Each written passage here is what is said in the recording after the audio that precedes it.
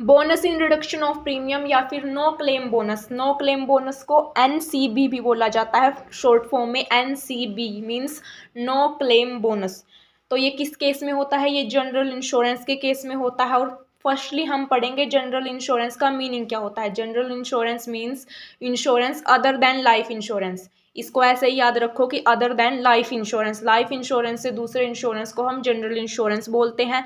तो general insurance के case में जो पॉलिसी ली जाती है वो 1 ईयर के लिए ली जाती है, और 1 ईयर के बाद जब टाइम पीरियड खत्म हो जाता है पॉलिसी का, तो उस पॉलिसी को रिन्यू करवाया जाता है। तो जब वो पॉलिसी रिन्यू करवाई जाएगी तो उसके दो केस हैं, या तो हम रिन्यू करवा दें सेम कंपनी से, जिस कंपनी से हमने पहले पॉलिसी ली है इंश्योरेंस पॉलिसी, उसी से हम दोबारा उसको रिन्यू करवा दें, या फिर हम फ्रेश पॉलिसी ले लें किसी दूसरी कंपनी से।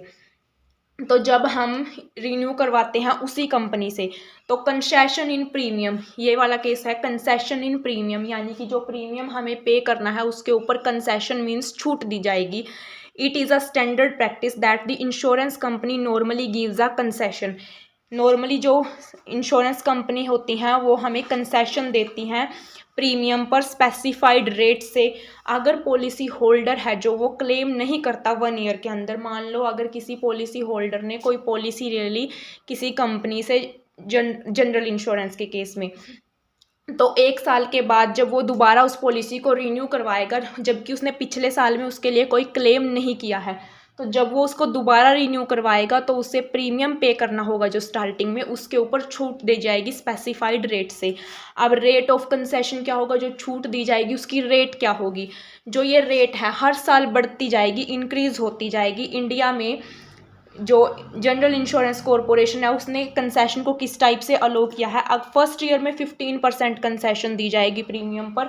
सेकेंड ईयर में अगर फर्स्ट ईयर में वो क्लेम नहीं करता तो उसके बाद 30% हो जाएगी। अगर फिर भी क्लेम नहीं किया तो थर्ड ईयर में 45, फोर्थ ईयर में 60% हो जाएगी।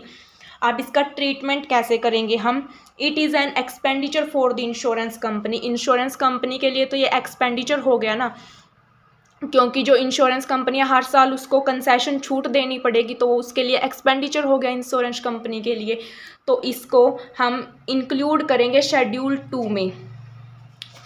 इन case the items of bonus in reduction of premium is given in adjustment, अगर क्वेश्चन में एडजस्टमेंट में दी हो ये, तो it will also be added to the amount of premium. तो ये अमाउंट ऑफ प्रीमियम है, जो प्रीमियम की अमाउंट है उसमें ऐड कर दी जाएगी शेड्यूल 1 में। और इसके लिए जनरल एंट्री क्या बनेगी, bonus in reduction of premium account debit to premium account.